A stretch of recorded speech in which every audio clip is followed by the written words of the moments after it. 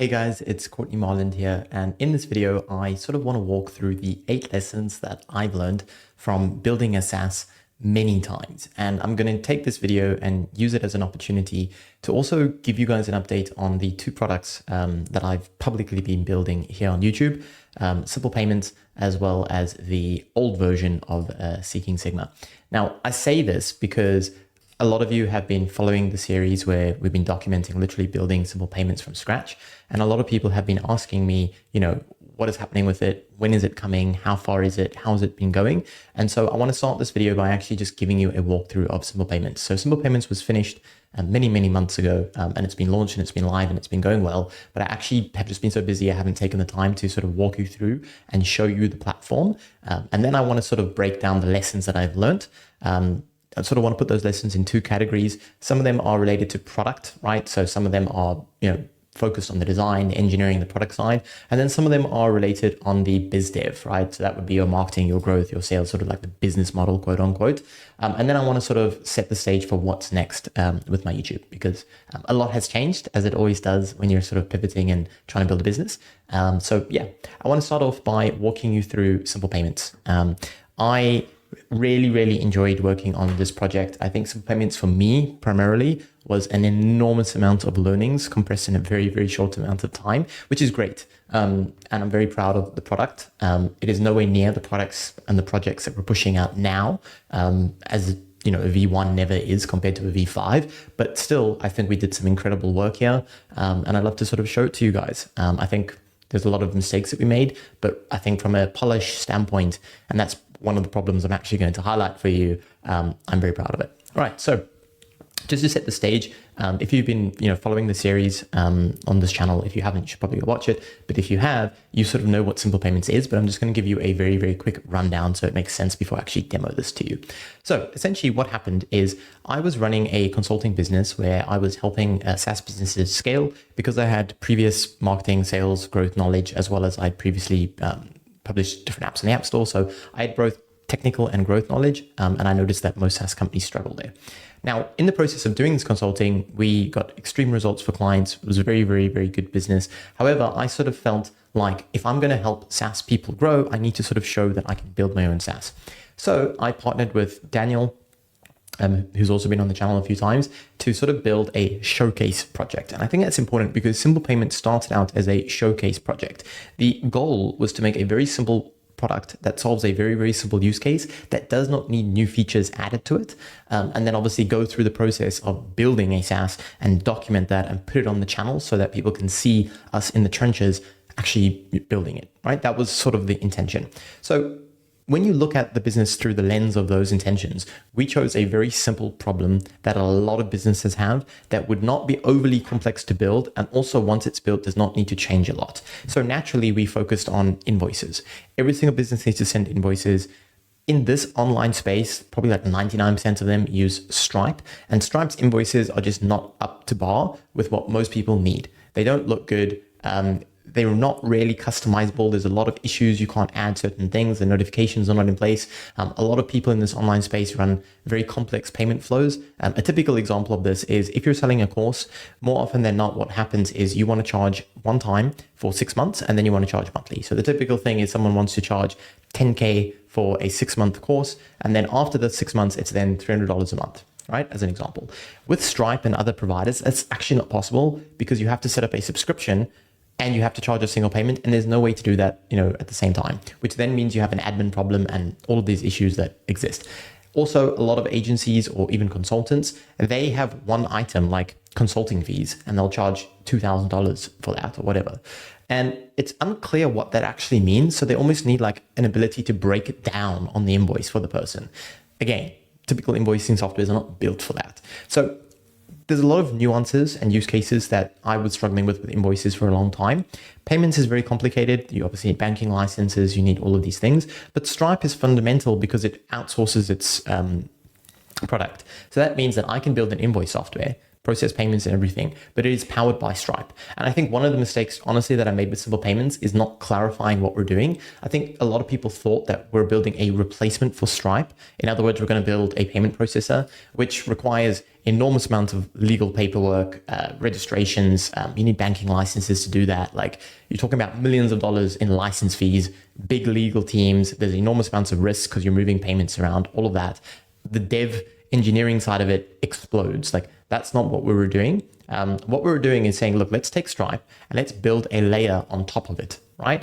That enables us to do all of the things that we want to do while still having the core use case. And that's why I chose this, because very clear value proposition. Because we're building on top of Stripe, it's not enormously complex from an engineering standpoint.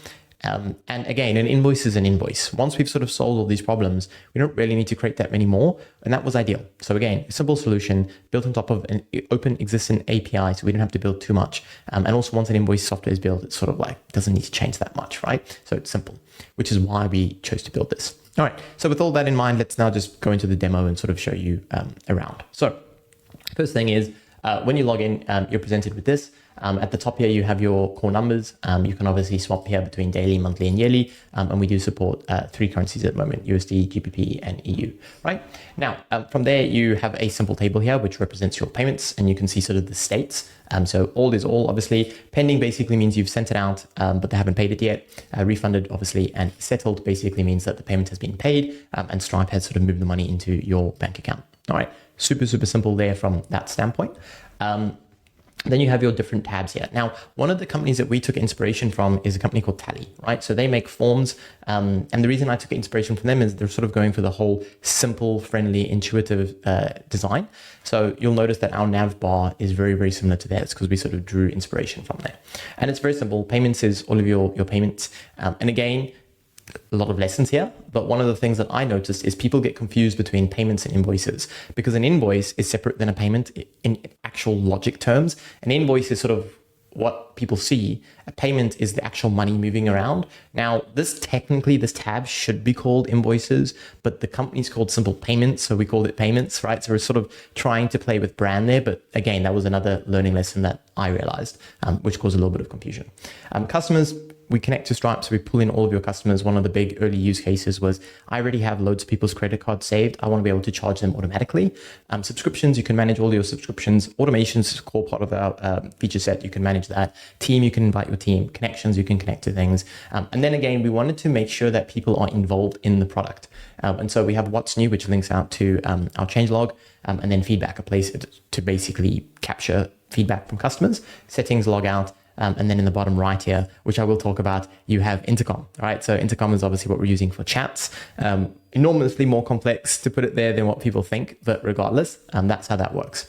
Now, I'm going to walk you through all of these things independently, but I think the best place to start is actually your settings, right? Because this is sort of the initial phase. The way I think about software, there's the conversion part, which is like all the marketing, sales, like come sign up. Then there's the setup, and that's really important because if people don't set software up correctly, they do not get the value out of it. Example, if you have not connected to Stripe, you're not going to get any value out of this product.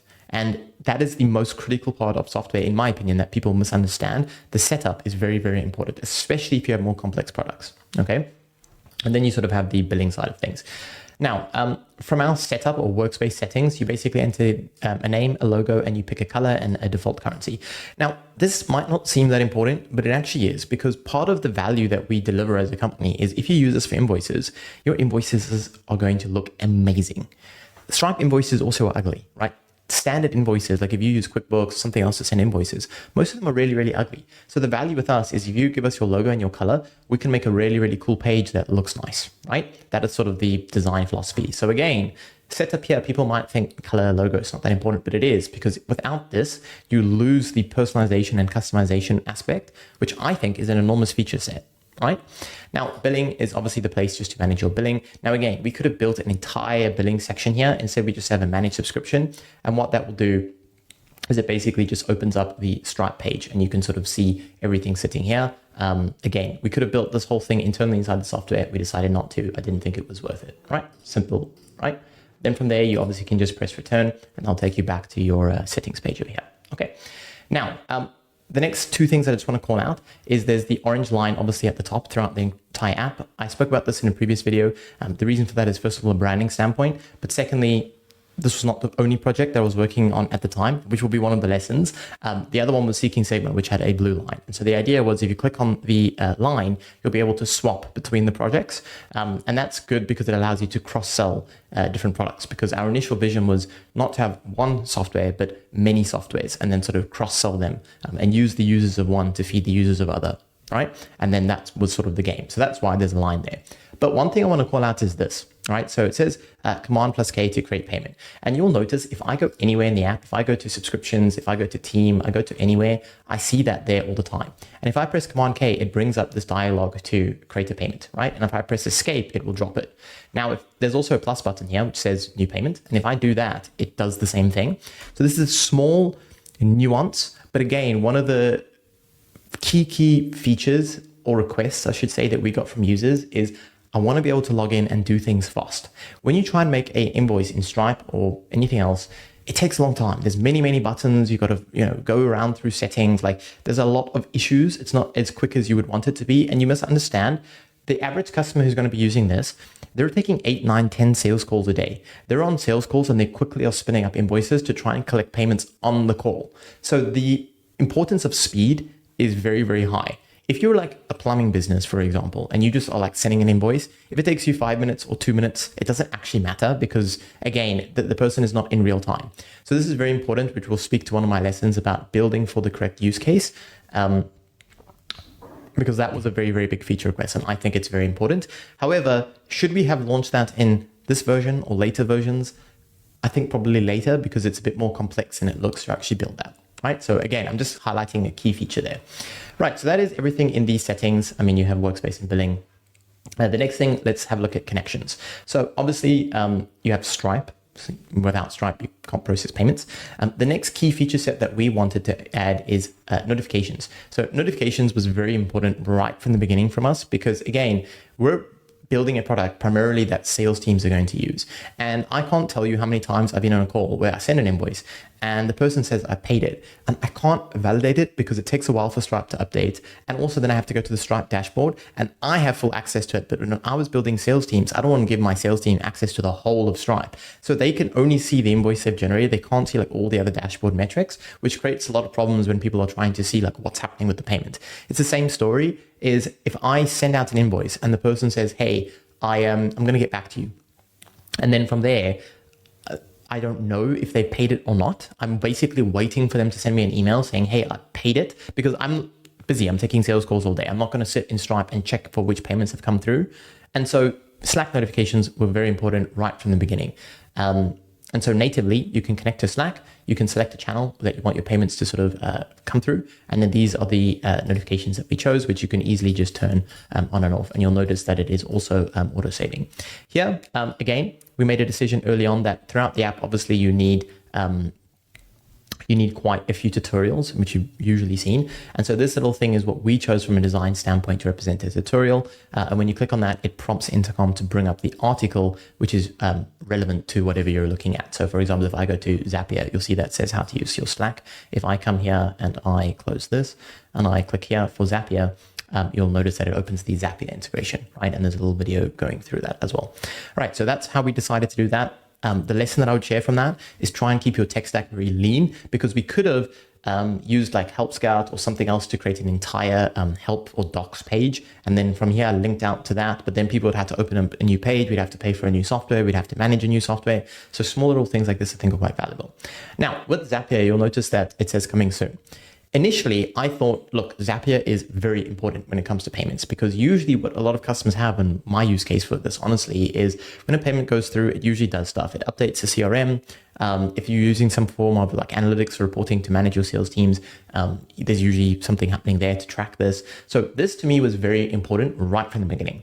However, when we started building it, it became evident that supporting Zapier is not as easy as it seems. Zapier has a very complex and convoluted process to get on the Zapier App Store. You have to submit it, you have to send looms, you have to wait for them, there's just a lot there. And very quickly I realized I made a mistake promising that we could deliver this because I just don't think all of the engineering work is worth it. So I came up with another idea, which is let's create simple webhooks. Because if you have webhooks, it doesn't matter if someone is using Zapier or if someone is using Make or whatever else they're using, they can catch the webhooks and then do whatever they were going to do anyways. However, this just requires a little bit of knowledge, because if you don't understand how webhooks work, well, you're going to be stuck, right? And that will lead me to one of the points I'm going to make about make sure you choose a growth model that makes sense for your unit economics. I will explain all these lessons, I promise. They are literally all written out over here. I'm going to get to it. I'm just sort of, as I'm going through the demo, I'm connecting points, right? So anyways, this is a webhook. You enter obviously a URL, a secret, and it works, right? And you can add different HTTP headers as you go. I'm not going to explain webhooks here, but that's that. Team is pretty basic.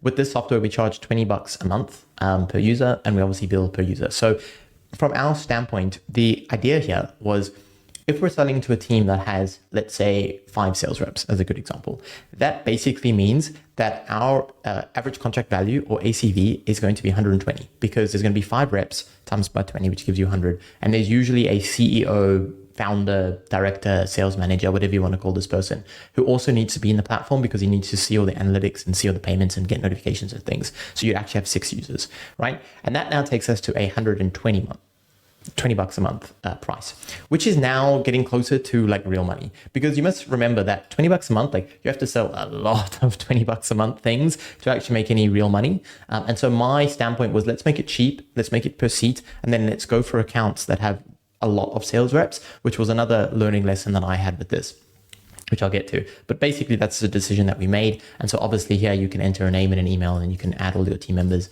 And then what this does is it sends a very nice branded email over to them, and they can accept it. And again, guys, I think you just need to give us credit for how good this looks from a design standpoint. We shipped 2 products in 2 months, SimplePayments and the old version of Seeking Sigma. So I'm really impressed with the team and everything that we did in terms of design, because functionality and concepts are different, but in terms of design, I think this looks beautiful. I think it's friendly. I think it's very easy to understand. And the reason I bring that up is not to pat myself on the back, but because I keep seeing people trying to build SaaS and they take so long to design and build things, which blows my mind, because I know how much we were able to do in 2 months. So it just is a good testament to what is actually possible, right? Okay, so you have team. You have automations. You have this little skeleton here saying you haven't created any automations yet, which I'm going to go ahead and do now. Then you have subscriptions. Again, no subscriptions. And then you have customers. So I'm going to blur out all of this because obviously this is pulling in all of my Stripe data. But basically the concept here is we wanted to have a very nice little button that when pressed, what it does is it refreshes customer data. So obviously I haven't logged into this demo for a while. The last time was the 7th of June and it is now the 24th of August. But basically it pulls all your Stripe customers in so you can charge them without having to create customers manually, right? And then you can obviously see them and manage that. Okay, so that is that. Now let's actually go ahead and make a payment. Before I do that, one last thing is you'll notice that it says Pro next to it, right? It's a small little thing, but if you were on the free account, it would, I think it says basic or it says free. Also, another thing is people ask me like, how did we decide to make money here? The way that this worked fundamentally is you could create an account and get complete access to all the features for free, but you could only generate 3 invoices. Once you generated 3 invoices, the app basically locked and it said, hey, you've generated 3. In order to make more, you need to upgrade to the Pro plan, right? That was our sort of idea. And again, we modeled that off of Tally, because Tally's model is you sign up, you get full access to everything with very little limitations, and then they have one Pro plan. So one plan, not many plans, because most softwares have like 3-4 plans, and it's entirely product led, because you can make the first 3 invoices. And if you think the software is shit or you don't like it, you don't have to upgrade. It's not like I'm asking you for a 14-day trial or anything like that. Okay. Right. Anyways, let's go ahead and let's actually make a payment. And again, we design everything to be controlled from your keyboard. So literally, like, here's my mouse. Like if I get rid of the mouse and I press Command K, I can navigate this entire thing just with my keyboard. And that was, again, trying to think through speed, right? Because someone comes in here, they should be able to create payments quickly, right? You have single payment. The first thing that you can do here is you can either search a customer. Again, we have full access to your Stripe customers, or you can add one, right? So I'm just going to do, test. I'm going to say this is test@ss.com. And again, you'll notice that it's validating email addresses, because we had issues where like people would mistype an email and then get upset with us for like not sending out the invoice correctly. And then our customer support would go and look and be like, why did it not work? And then it's like, you typed the wrong email. And then the person apologizes, which is great, but we've now spent a lot of time and resources on our side trying to figure out what's going on. And you also have the fact that the customer for a short period was very upset with us, which is bad word of mouth. If they left bad reviews, like you have all these issues, right? So again, the lesson there is whenever there is something in your app that can be validated, right? It actually makes a huge difference. And then you have the currency selection here. Okay, so once that's done, you'll see it pre-fills the customer and you can go to the next step. Very simple. You can add items to your invoice. On the right-hand side, you're getting a preview for how this works, okay? And you can add an item over here. So I'm going to exit out of this and I'm going to now make a recurring subscription. I'm going to add another customer. Again, what you'll notice is it didn't save the customer because I didn't actually finalize the invoice, because a lot of people were playing around with demoing it. And then they ended up with like 100 customers with the same email, which created a lot of problems, okay?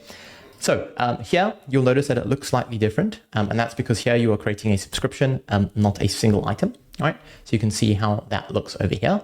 And you can set the interval dates. We decided to days, weeks, months, years, and you'll see that this is being shown there where it says 1 day. You can also see that we're clarifying it here.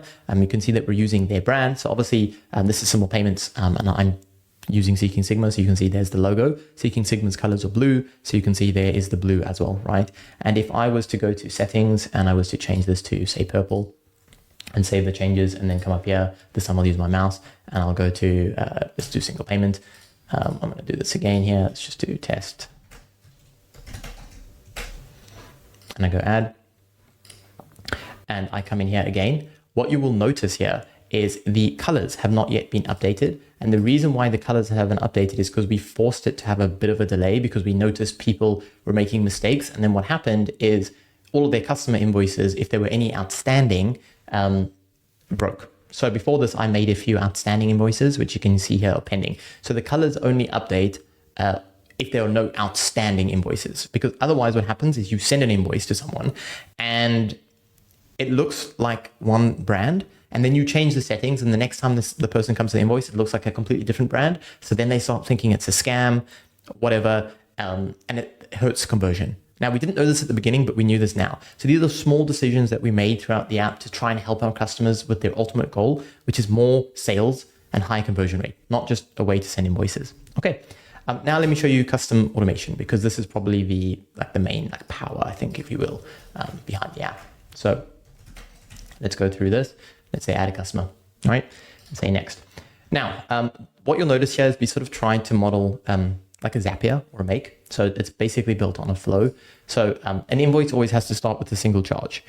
We used to have this add item, which then brought up a pop-up with all of the logic, but then people would do weird things. Like they would start an invoice and the first thing that they'd put in the flow would be like wait 7 days, which is weird because why would you not just generate it on the time? And it created a lot of like logic hassles, right? So again, you'll notice depending where you are in the flow, the things that come up are slightly different. Okay, so I'm just going to say, this is a single item, and I'm going to say that this is for consulting, and it's also for my time, right? Again, probably not the best description, but let's just go with it and set an amount and say confirm. A couple of things that I want to highlight here. First, you'll notice that it says has sent you a payment request. Here is a breakdown. Today you will be charged that for single, right? And again, that's because I've set that to single. If I was to change this and say, let's just call it starting payment and say confirm, you notice that it's updating there. Also, it's adding the descriptions for each and every single item in the payment flow, which Stripe and others do not allow you to do. And then here's just some like nice language to make sure people are aware that it's all safe and secure. Okay, now what I'm going to do is you'll notice different items pop up because I'm now the second step in a flow. So let's say that I want to, actually for this example, let's say that I'm selling a course. Let's go with a proper use case. So let's say that I'm selling a course, right? And what we saw with most customers is they charge 9,800, and this is for the first 6 months. So then they want to wait 6 months. So we're going to add a delay. We're going to say, let's wait 6 months, right? Then what they're going to do is they're going to start charging like $300 a month usually. So let's add a subscription, and let's say that this is $299. Again, notice with all of our customers, they like the $299. They don't like the 300. And this will be monthly, obviously once a month, and this will be monthly renewal, right? Like this is the typical flow. Now, what you'll notice is, again, we are making it very clear because one of the issues that we noticed And again, from our side, we had a really hard job here because we were balancing how do we help our customers get more sales, but also how do we ensure that our platform is not being used to scam people? Because a lot of people would set the terms like it's this amount upfront and then it's this amount monthly, but they would not exactly explain the monthly that well. And then they would just charge people. And then the customer would obviously be upset because they maybe they did get told, but like it wasn't that clear. And it was, it was one of those things. And then there would be chargebacks, and that would then create issues with us because then we had Stripe to deal with and we had lots of issues, right? Not ideal. And so what we did is we decided, let's make it super clear. It literally says today you will be charged that, then there will be a delay for 6 months, and then you will be charged that every 1 month, right? And again, you can come in here and you can make this logic like as complicated as you want. So you can say, okay, fine. Then on this specific date, I'm going to create something. You'll notice it says you cannot trigger actions until the dates of all the prior actions have been passed. This was another issue that we noticed. So you'll see it says delay 6 months. If I come here and I say on a specific date and I try and make this date like tomorrow, obviously it's going to break because there's a 6 month delay and you're trying to do something tomorrow, so it breaks, right? So again, we had to build this logic step in. The reason I'm highlighting all these things is when we built the original version, we didn't know all of this, right? So what you're seeing here is a very polished version, but we had so many issues where like people were creating payments, and if you read their flow, it didn't make sense. They were like charging, waiting 3 months, then trying to charge something tomorrow, when waiting 1 month, and the other like 3 months hadn't even occurred. And it created this enormous mess in the back end, and so many things were going wrong. And then our customers were upset because like payments weren't going through, so they technically weren't making money. Their customers, so our customers were upset because they were getting charged all over the show. So a lot of problems. We ironed all of them out. And I'm highlighting this to show you that this is what software is about. Or even not even software, just say product, is you launch something, and when you launch it, you think it's great, and you can't see all of these problems, and then they all start coming. And then you literally just start problem solving step by step, right? So we needed to wait 6 months. So what I'm going to do is I'm going to say 1, 2, 3, 4, 5, 6, 7, 8, 9, 10. Just to make this super clear and say confirm. You'll notice because now the payment flow is not broken, it has worked, and I can now come in and say I want to charge another payment, and I'm just going to say second. This is a test, and let's just make this 4,200. Say confirm. Again, you can see what's happening. There's all your descriptions coming through. You can see that we're updating this in real time. And then you can see we're also showing like how much you're actually paying now. Because one of the other things is like, if you look at this, it's like 9,800, then it's 300, then it's this like, I'm entering in my card here, like how much am I paying, right? And so we made it very clear that this is how much is actually due today, and this is how much you're actually paying. Very, very important, right? So what I'm going to do is I'm going to come out of here, and just for demo purpose, I'm just going to create a single payment. It's a bit less complicated, just so that we can all be on the same page. Say next, I'm just going to say that this is a test for you, and I'm going to make the amount 1,200. I'm going to say confirm, and this time I'm going to say finalize payment, right? What's going to happen is what it's going to do now is generate a link. What it's done is actually two things. It's also sent the customer, because obviously we put in their email, it sent the customer an email with the invoice saying, hey, you've been sent this invoice, press this button to pay. And the emails are very branded, right? I don't think I need to demo all of that, but it's also doing that. And then it's generating this share link, right? Now, if I go to this share link in a new tab, I have a nice little page over here. You can see all the branding has been updated as well. And the reason the branding here has been updated and not in the preview is because you have to refresh, right? So I canceled all those invoices and then sent this out. So you have your branding, right? You'll also notice it's got this powered by SimplePayments in the bottom right that shows up. And if you have your mouse over it, you can click on it. So this is very important because, again, our idea here was our customers are going to be sending, hundreds of invoices a month. All of those invoices technically can come back to bringing us more customers. So we get one customer, but we don't. We get one customer who has 5 sales reps. So now we have 6 users, the 5 plus them. Then they send out 100 invoices a month. Let's say your conversion rate is 20%. You're getting 20 customers extra for free, zero marketing from that. And then again, it butterflies because now you've got 20 customers who have 5 sales reps who are also sending 100. So it butterflies. That was the initial idea behind this. One of the issues that we had is people were complaining that their invoice is super nice and super branded, but then it's got this ugly, I don't think it's ugly, but from their standpoint, it's like, if my colors are purple, I don't want this orange like thing sitting on the website, right? And obviously when you press this, it takes the user to our website where they can sign up for an account and all that. And this was a weird thing because Then we decided, well, we can make it on the free account, and therefore one of the paid features is to remove the badge, which is typical what you see in software, but then it kills our ability to grow because now the virality factor is completely removed. And that was one of the issues that we sort of looked at this and like, if we don't have the virality, we're killing our growth engine. And the way that we set up the growth stuff is if you upgrade to the pro, you're only upgrading to the pro after 3 payments, which people burn through very, very quickly. So it was something like out of our users, like 99% of them would not have this powered by badge, which then creates obviously a huge problem for us. All right, so that is the platform. The other one that I'll quickly show you is this is the old version of Seeking Sigma, and this is a very different software. The key things that I just want to show you here is a different nav bar because I changed my mind on that. You'll notice that this one over here says Command K. When I press Command K for this one, what it does is it brings up a search bar.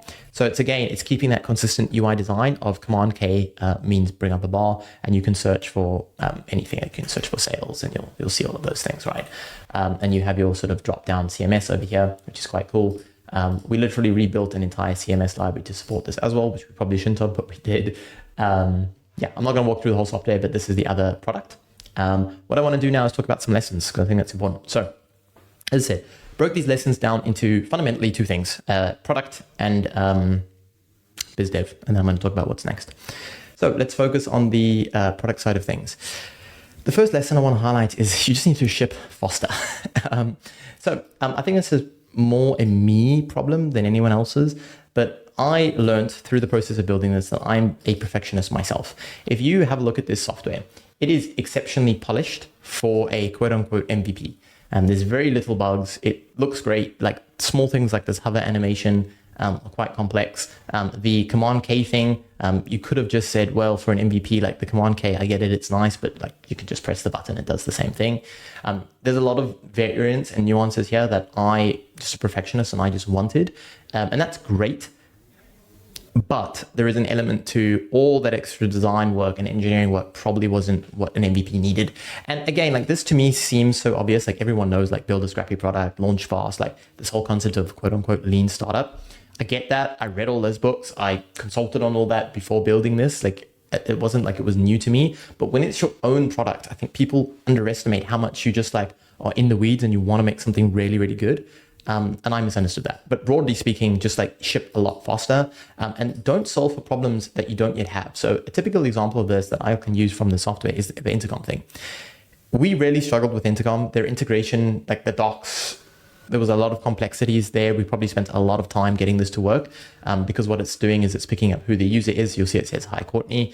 And that's because we're feeding intercom who the user is. We're feeding it its data because intercom is also tracking analytics and it's doing a lot of things. Intercom is primarily a customer support thing. When we launched, we obviously had no customers. So for me, I look back on this is like we probably spent 4 or 5 days building a customer support solution. We chose the best customer support in the industry. We built it to its highest standard and we had no customers. So we had no one to support. That like doesn't make sense. But again, I knew how powerful intercom is and every software that I love using has intercom in. So that's why I wanted intercom. But again, I was solving for a problem that I just didn't have yet. Once you had a shit ton of customers and you had problems, then it would have made more sense. Okay.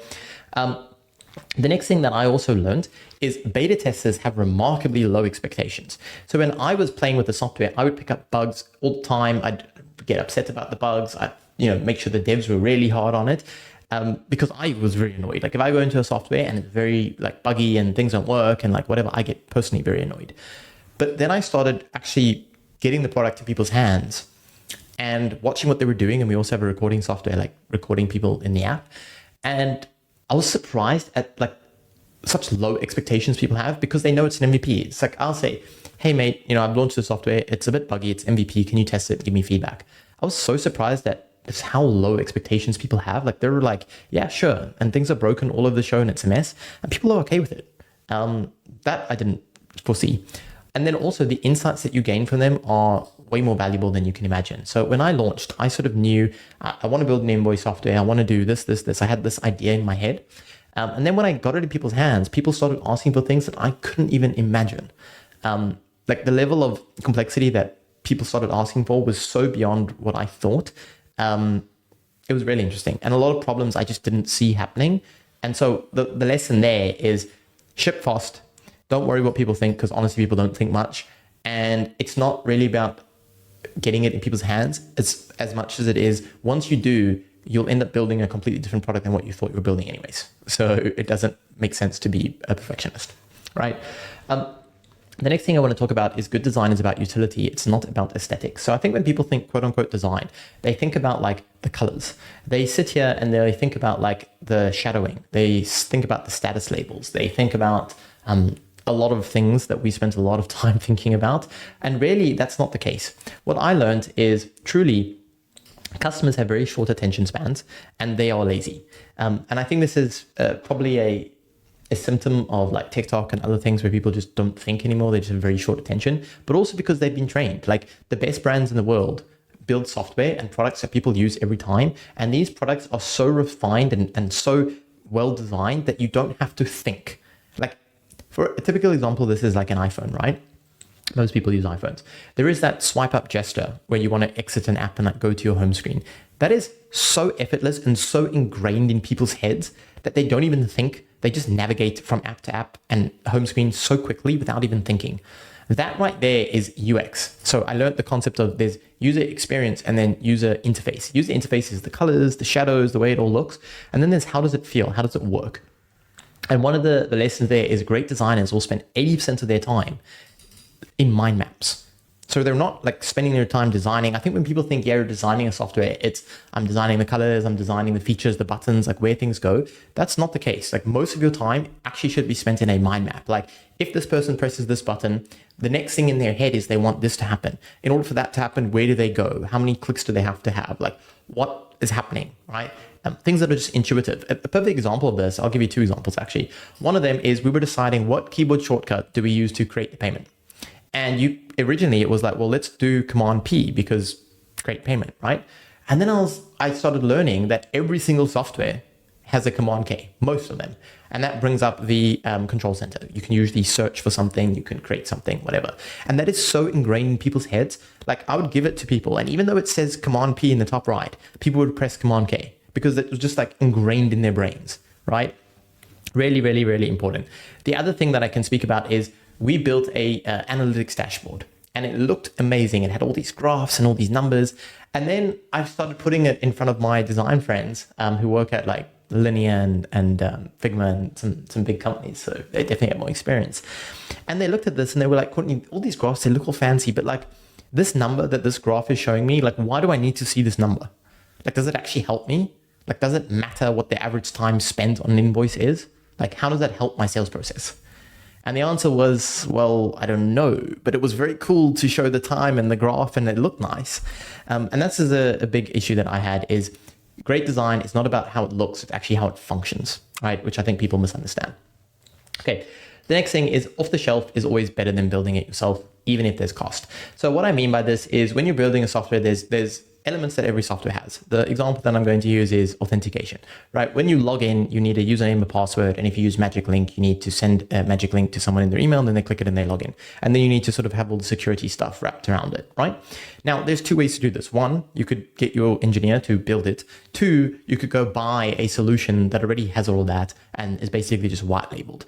Now, obviously, if you buy it, then you have to pay for it. If you build it, you don't have to pay for it, but then you have to get your engineering team to spend hours doing it. Not only that, there's always bugs and issues. So then you have to maintain it. And also then you have the security threat. So with SimplePayments, we built our authentication from the ground up. And that was a mistake in hindsight. With the latest version of Seeking Sigma, we don't, right? We built it on top of a platform that has been around for a long time. They've raised hundreds of millions of dollars. They have some of the best customers in the world. They have hundreds of engineers. So basically, I know that the authentication is always going to work and the security is the best it possibly could be and definitely better than it would be if my engineering team built it. Not because I don't have great engineers, but because they're building that and 1,000 other things. So it's just not where their focus is, right? So the less code your team needs to maintain, the better. And remember that the entire software is going to be rewritten in the future anyways, and that's okay. The reason why I didn't want to do this in the beginning is because I knew, like, if this company is super successful and it scales, you cannot sell a company that is basically a collection of other companies white labeled. It doesn't work. However, what I misunderstood is you're going to have to rewrite everything in the future anyway. So just get something now that's quick and fast and works, and then you can solve that problem when you get to it, right? Which I didn't understand. And when designing a product and scoping user stories, you need to see the product not as a product, which is what I was doing, but rather as just a series of APIs connecting to each other, right? Think about like you have Clerk or WorkOS, which is your authentication login. You have Stripe, which is providing all the payment data. You have, there's even like UI libraries and stuff you can use, which come with all of the components and stuff pre-built. Like think in terms of APIs and how you can thread all of these APIs together to create a product. That should be your version 1. It should not be building everything from scratch. And again, I say that because I built it all from scratch. So important lesson there. The next thing is scope creep and miscommunication. This is what stalls products. When I look at SimplePayments, and I've had this conversation with my engineering team as well, if I have known what I'm sharing with you here, the product took us about 2 months to build, probably could have done it in like 3 weeks, 3.5, 4 weeks, right? Which is substantial. And it would have been a lot less painful if we just understood this problem, which is scope creep and miscommunication. So what I mean by that is when you launched MVP, you should have 3 features, no more. We launched ours with like 12 features, right? And again, that's way better for the customers because it's a better product and it's better for me marketing wise, but is it what should have happened? Probably not. Okay. The next thing is implement proper agile methodology. The way that I was sort of handling the design at the time was it was basically me jumping in Figma, designing things, and then sort of recording looms, explaining how I wanted it to work, and then creating some very vague tasks in, we were using Linear at the time, and then getting the engineers to do it. And then they would tell me, hey, check this. Then I'd go and check and I'd record a loom of all the bugs and send it back. That does not work, right? Because it creates this thing where I'm consistently updating designs, consistently sending looms, there's miscommunication, the product is getting more and more and more and more complex and everything is a mess. So the concept of this is what's your burn down chart. So here I have 2 burn down charts for you. I'm not going to explain this in too much depth because they're quite complicated, but basically you have 3 lines. You have scope, started, and completed. And the idea is to have a graph that looks like this. And this basically means you can see that the scope stayed constant with the amount of items that were started. So basically you plan out all these things, and then while you're doing these things, you're not adding more to it. This is an example where we started doing things, and you can see as we started doing things, we were adding way more things than we were starting. So we said, this is the project, these are the deliverables. And then as we started working on them, we added more deliverables. And as we were going through it, the whole thing was changing under our feet. And again, this over here, I took this directly from the project management software we were using. This is the graph for SimplePayments. This is the graph for the last version of Seeking Sigma. So you can see after I learned this lesson, it completely changes the way that projects work, right? Completely different outcomes. Okay, decide on a specific number of points per week. This is also important because it helps build cadence.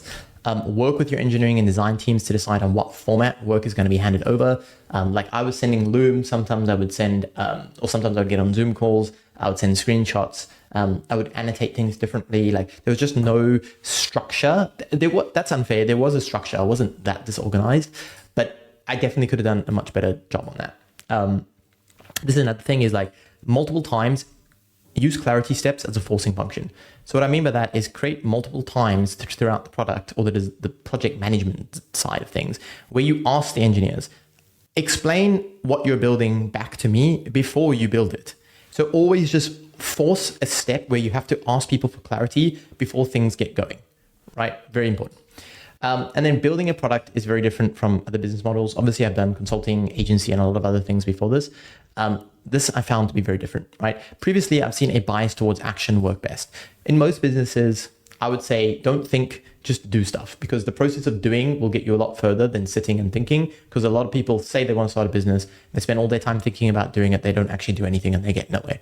But with SaaS, I've noticed that clarity, in other words, you think and decide on things before doing stuff, carries more weight, right? Which is why I don't recommend like beginners and stuff do this, because it's a very, very different nuance. In the beginning, you just need to take action. But with SaaS, that's almost counterintuitive because it doesn't work. It actually hurts you. Right. The next thing is understand when biz dev or engineering should take the lead. These are 2 very different functions. One of them is highly focused on growth, sales, marketing, all that, like the finances of the business as well. The other one is obviously focusing on product engineering, bugs, uptime, all these things. So be aware of how quickly your tech stack, which needs to be maintained, can explode. So this again, like engineers push back on me, like, are we really needing to use intercom and like analytics and all the things here? Like it's a lot of code, a lot of implementation. And I just said, no, we need to do this because of this and this and this. In hindsight, I should have stepped back and said, you know what, that is a engineering decision. I should not throw my weight. And again, this is a hard thing because obviously as the CEO and founder, like you have the final say, but at some point you have to delegate that down to a team. And that's a lot easier to say than it is to actually implement. But if I'd done that, it would have saved me a lot of pain. And it would have brought this product to market a lot quicker, which probably was the best thing for the business anyways. Right.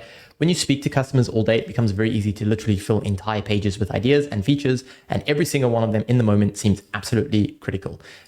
From that, I lead to my next point, which is there is an art to managing the backlog, right? So the backlog, basically you take input from the number of customer requests for a feature. So you come up with a feature and then you track how many customers are requesting that same feature.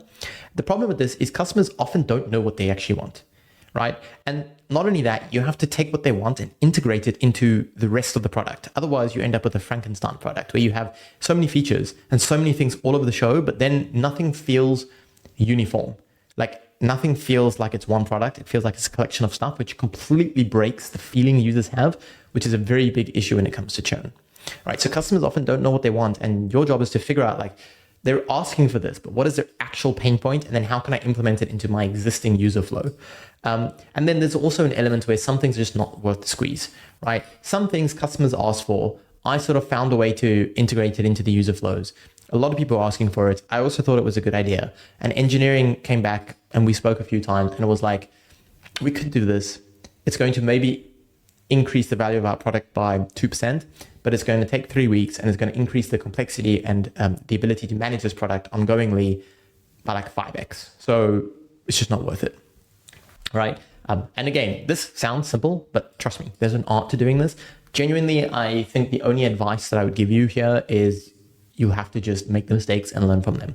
Like one of the things that I thought as I was typing this is if someone had sent me this video and I had gone through all of this, I maybe could have avoided 20-30% of my mistakes, but I still would have made the other, 60-70%. And the reason for that is because a lot of these things, it's easy to say, hard to internalize, right? But I'm going to do my best as we go through this. Okay. Right. That's all product related. Now let's just talk about business related. And these were probably some big things that I learned simply because I was transferring industries. So this is the biggest one. All right. This one is probably the biggest mistake that I made with SimplePayments and why I am effectively killing it and moving on to another project, which I'll talk about in a bit.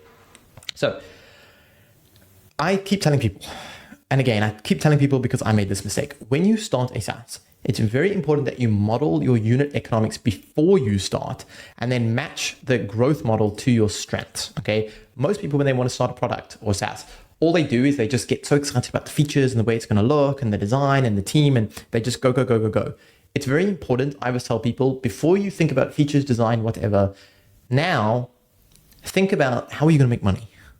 And also, how are you going to make money profitably? Because it's easy to make sales if you're losing money on every sale. So what I mean by that is when most people, including the old me, right? And again, I'm talking about the old me before I learned these lessons. When they think of SaaS, they think of, right, I'm going to charge $50 a month and this $50 a month is going to come in every single month and I don't have to do anything and I can just make money while sitting on a beach, right? And they come in on autopilot. But it's not that simple. Because the price of a product determines the growth model you are using to successfully scale the product. So you talk about this X-led growth. And I wish someone had told me this in the beginning. This is probably the biggest learning that I got out of all of this, which is there are actually different ways to grow a SaaS. And these are the ones, literally, I think there's like 100 of these things. There's so many, and also people keep adding them and inventing new ones. So it's actually quite hard to keep up. But these are the primary ones, right? There's marketing-led, sales-led, product-led, founder-led, viral-led, and community-led, right? So if you were to explain these, marketing-led would basically be you run paid ads, you sponsor influencers, whatever. That's how you get customers. Sales-led would mean you have a sales team that's doing outbound and like cold email, cold call. They're taking sales calls, they're conducting demos, etc. Product-led is the product is free to sign up, and then you use it, and then eventually you upgrade because you see the value. Founder-led, this is someone has a very big personal brand, and they're leveraging that and their networking connections to achieve growth. Viral-led is something like Dropbox. So that's like the perfect example of this, where you basically you got 5 GB of storage, I think, for free. And then in order to get more storage, you had to get people to sign up with like your referral code, right? That's viral led. I don't know if it was 5 gigs or 2 gigs, but you get the gist. And then you have community led. So this would be very network orientated products. So think about school or Facebook, where once you have a community, it sort of feeds upon itself, right? Now, again, all of these work. There is successful examples of billion-dollar companies for every single one of these, which is why this is so hard and confusing, because they all work. The question is which one is going to work for you. And I believe that takes me to this point, which is you have to be honest with yourself about your strengths, like what are you actually good at, and also the resources, because some of these require different things. So if you look at this, marketing-led requires a shit ton of money because you need to spend a lot on ads. And in the beginning, because it's an MVP, you don't know your messaging clarity problem that much, you're going to make mistakes. Sales-led requires you to, number one, know how to build and scale a sales team. It requires you to have the personality to conduct sales calls effectively and convert them, which most people don't have. It also requires the ability to understand metrics and close rates. It requires you to have the ability to condense your value proposition down into a sales demo. There's a lot of things that come into this. Product-led, and again, I've highlighted this in green because 90% of people choose this one as what they're going to do because they think it is the best thing to do. And this is because we have good examples of this. These are the products that are super cheap. Think like $29 a month. So I think Tally, there's many of these products. I think Loom. All of these products where basically you sign up for free, either for a 3-day trial, 14-day trial, or for free, and then you use it. And because the product is so good, you upgrade, right? Everyone chooses this one because people think that this is what SaaS is. People don't think about these ones, but I can tell you the biggest SaaS companies in the world don't actually use this. They actually use this one, and the reason is because this is enterprise sales. Like most big SaaS companies, you go to their website and it doesn't say free trial sign up. It literally says book a demo. And then you speak to a sales team and the product is usually not $50 a month. It's usually like $1,000 a month and it's billed annually. So the actual invoice is $12,000, right? This, if you think about all of your enterprise companies, SAP, there's many examples. That is that one. But people forget about that. When they think SaaS, they just think of the Tallies, the Shopifys. They think of all these ones that are, free or very cheap. And then they don't ever speak to a sales rep. They just upgrade. Like if you look at your typical softwares, Loom, I'm using Bear for these notes. It's a good example. Like Tally, all of these ones, like you don't ever speak to a sales rep before you actually pay them money. The problem with that is you're only making $29 per customer. So you have to make an enormous amount of sales to actually get anywhere. And that is why most SaaS companies raise money, because they literally cannot feed themselves and their team because they're making so little. They have to go in the hole, and it only works at enormous scale, because even if you're charging $50 a month, remember, you're charging $50 a month, you're probably losing 20% of that on acquisition costs. So now you're down substantially. Now you're more at like $40, right? Or $35 rather. Then you have all the software costs that come into that. You have customer support. Like you're only making now 20 of that 50. Then you have taxes. Now you're down to like $11, $12. You have to make a lot of $11, $12 a month to actually make a sizable amount. Again, people would argue the way you make money in SaaS is not in the monthly cash flow. It's in exiting the business. It's a different conversation. But basically, that is why this one is so dangerous, because people assume that this is the only way you build SaaS and they forget all of the downsides, which is the mistake that I made, right? Now, founder-led, obviously you need a audience. If you don't have an audience, you can't do this. Viral-led requires you to have a product that is very viral. Community-led requires you to have a community, right? So this leads me to here. Let's be honest with yourself and your strengths. So if I assess this for myself, I was not willing to spend millions of dollars on SimplePayments to get it off the ground. So I cannot do marketing-led because I didn't have the money to spend on the ads.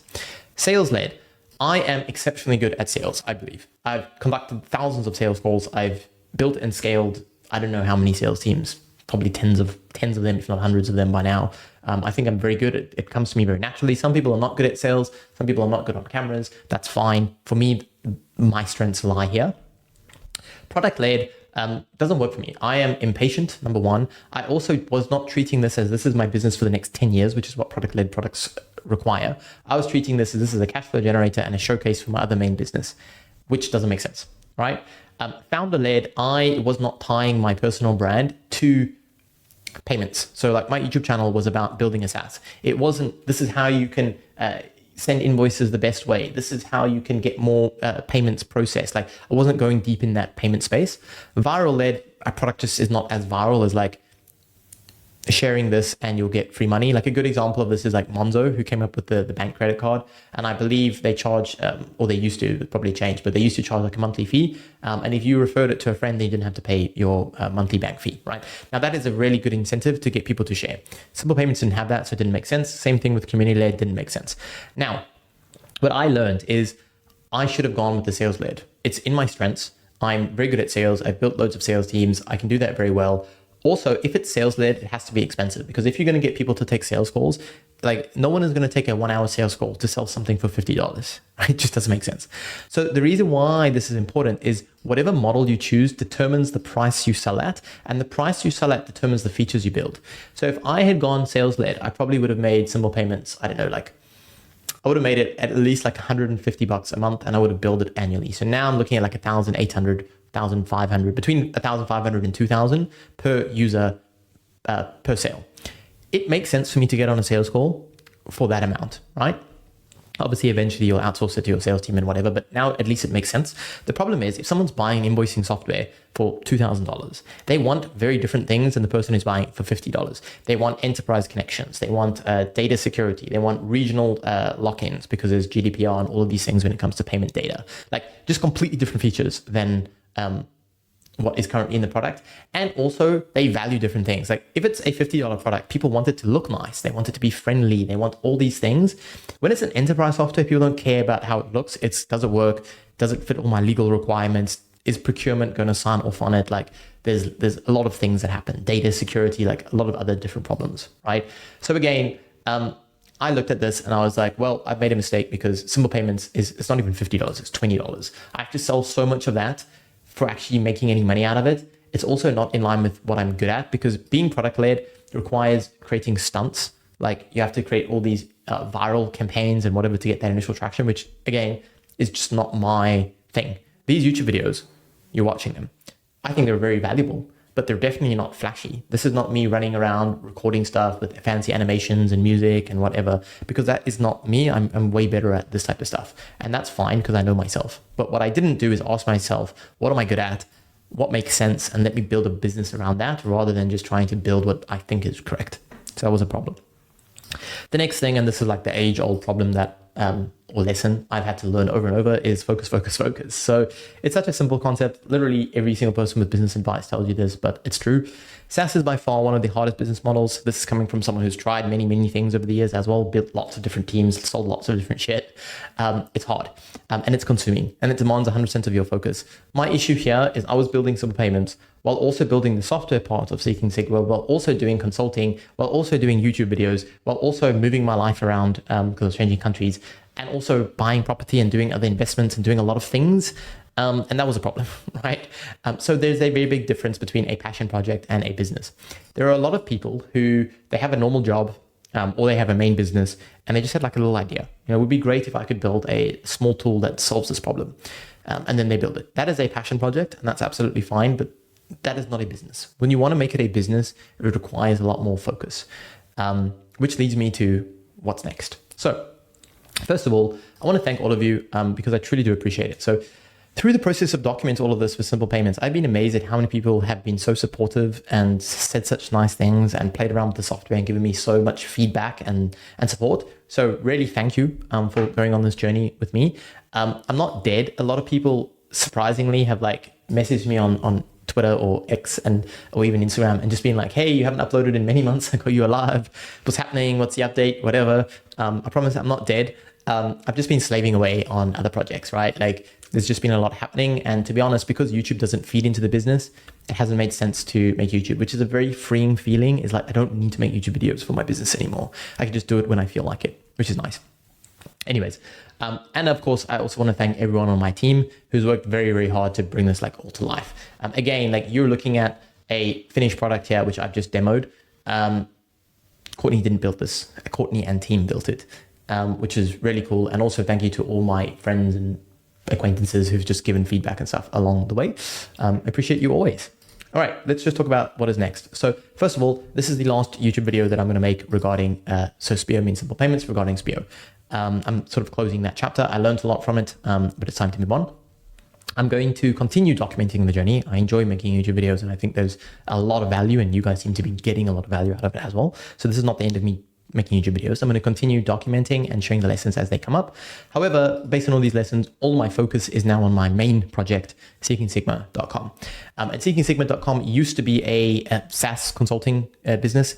It's not anymore. It is now a full SaaS. So what I've learned effectively over the last couple of months is I no longer want to do consulting, at least not full time. I still might help some people on the side, but broadly speaking, I'd rather build my own product than help other people build amazing products. I'd rather achieve my own dreams than help other people achieve their dreams. That's just what it's come down to. And so Seeking Sigma has completely changed. There is no more consulting element to it at all. And the entire roadmap basically has been revamped. So I used to be building this, which is this, and it used to be like a CMS. It used to have a load of content in. There was Big Brain, which was coaching calls. There was different tools to sort of help me coach and facilitate people's growth models significantly better, et cetera, et cetera. That whole thing has been scrapped. It's a completely new company. I'm very excited about what we're building there. I genuinely think it's an amazing SaaS, and I'll make more videos on it in the future. But as of today, SimplePayments and the old version of Seeking Sigma are being deprecated. So what I mean by that is the website is going to go down. We have canceled all the subscriptions with SimplePayments, so we're not billing anyone anymore. We will still keep all of the data from a legacy standpoint. So if you need to access invoices and whatever, you can reach out to our support team, which is now the Seeking Sigma support team, and you'll be able to get that. Obviously, we're going to look after you as best as we can.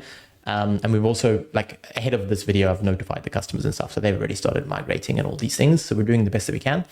But yeah, I no longer want to sort of have that going on, this going on, lots of things. I just want to condense it down into one business, and not only one business, but one product within that business versus many different things. And yeah, I'm excited to continue making videos about it, to share how it goes. And with that being said, if you watched all of this, again, can't thank you enough for all the support and appreciation. I hope these lessons were valuable. I wish I had got this video 3 months ago. It would have been very useful. And I'll see you guys in the next one. Cheers.